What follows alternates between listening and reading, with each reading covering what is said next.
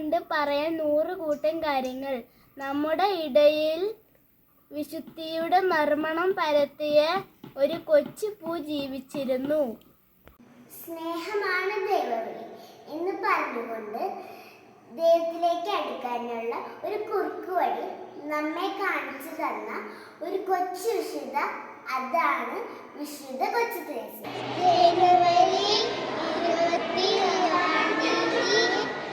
വകയിൽ വിശുദ്ധ കൊച്ചു ത്രേസ്യയുടെയും തിന്മയ്ക്കെതിരായി ധീരമായി പോരാടി വിശ്വാസം സംരക്ഷിക്കാൻ രക്തസാക്ഷിയായി മാറിയ വിശുദ്ധ സെബസ്ത്യാനോസിന്റെയും ഏറ്റവും പരിശുദ്ധിയും അമലോത്ഭ്യമായ പരിശുദ്ധ മാതാവിന്റെയും